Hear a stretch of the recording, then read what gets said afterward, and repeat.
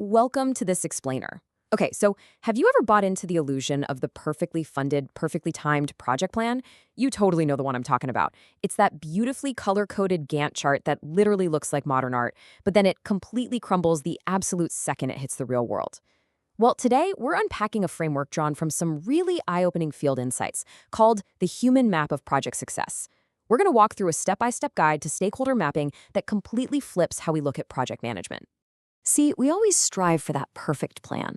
We want crystal clear objectives, pristine timelines, and, of course, really strong funding. It feels so solid on paper, right? But then reality hits. Suddenly, that flawless plan runs headfirst into unexpected delays, a ton of resistance, and outcomes that just don't land the way we intended. And why does that happen? Honestly, it's usually because while the team had all the logistics completely nailed down, they totally failed to actually see their stakeholders. And that harsh reality leads us to this absolutely incredible quote from the source material. Stakeholders aren't just a list in a document. They are the project. I really want to emphasize this mindset shift because it's massive. People are not just some external variable you have to manage. They are the literal core of your initiative. Without them, your brilliant plan is just, well, words on a page. The second you truly realize that the human beings involved actually are the project, everything changes. So here is our step-by-step path for today. First, we'll look at the perfect project trap. Then step 1, see the people. Next, step 2, map power dynamics. After that, step 3, keep it continuous. And finally, we'll wrap up with designing with, not for. Starting off with section 1, the perfect project trap, or the dangers of ignoring the people. Which brings us right to section 2, step 1, see the people and identify the actors. To build out this dynamic human map and actually avoid that perfect plan trap we just talked about, we are going to follow 3 distinct steps. First, identifying the community actors. Second, uncovering exactly how power flows between them. And third, shifting into a continuous analysis. These are the steps that take you from just being a static project manager to becoming a truly dynamic systems thinker.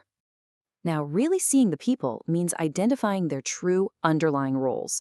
You've got community members who actively use the services. Then you have local leaders.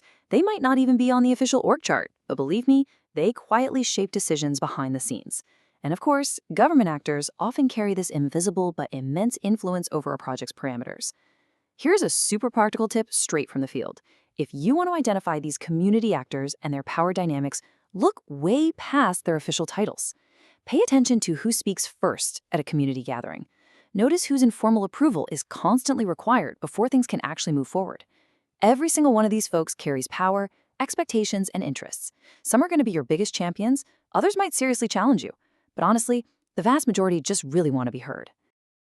Let's dive into section 3. Step 2, map power dynamics by uncovering connections. The source defines modern stakeholder mapping as using visual tools like Venn diagrams, for instance, to see not just who matters, but how relationships and power actually flow between them. You aren't just jotting down a static list, you are literally drawing out the lines of connection to visualize overlapping interests. Where exactly do the goals of those local leaders intersect with the everyday needs of the community members? Or where do they completely clash with the government actors? Spotting those intersections is where the real project management happens. And another practical tip to map these dynamics, start by tracing the resources. Who actually holds the funding? Who holds the social capital? When you map out where the money and the trust flow, the real power dynamic becomes instantly crystal clear. But pay close attention to this because it reveals a really critical power dynamic gap. In one of the author's field experiences, they noticed this stark, almost scary contrast. The groups that were closest to implementation, meaning the most vulnerable people who were actively using the services, were almost always simultaneously farthest from power. They had zero decision-making authority. None. This gap explains exactly why so many well-funded projects end up with totally unintended outcomes. Think about it. If the people actually living the day-to-day reality of your project have no say in how it's designed or run, it is inevitably going to miss the mark. Doing this mapping helps you spot those dangerous gaps so you can actually bridge them before the whole thing collapses. Moving on to section 4, step 3, keep it continuous through ongoing analysis. The author makes it super clear that modern stakeholder analysis absolutely has to be three things: continuous, dynamic, and human. Look, analyzing your stakeholders is not just a one-time step that you check off a list at the beginning of the quarter. Relationships change, right? Political climates shift constantly. Funding fluctuates. Because of that, your map has to be a living, breathing document. It is an ongoing, evolving, and deeply human process. Actually, ask yourself this right now. Has your stakeholder map changed at all since day one of your current project?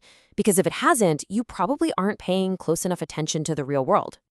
Which leads us to our final section, Section 5, Design with, not for, the ultimate lesson. The absolute ultimate takeaway from the source's field experiences is perfectly captured right here.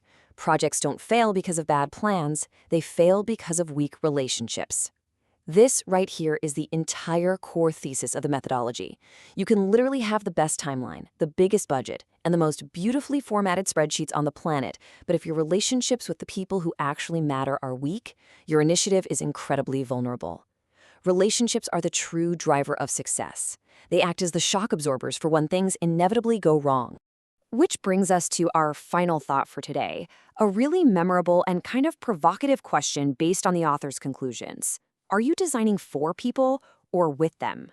Because designing for people kind of assumes you know what's best from a distance. But designing with them, that requires building a continuous, human-centered map, acknowledging their real power, and bringing them directly into the process. So challenge yourself to apply this approach to your own work. Are you just planning, or are you actually partnering?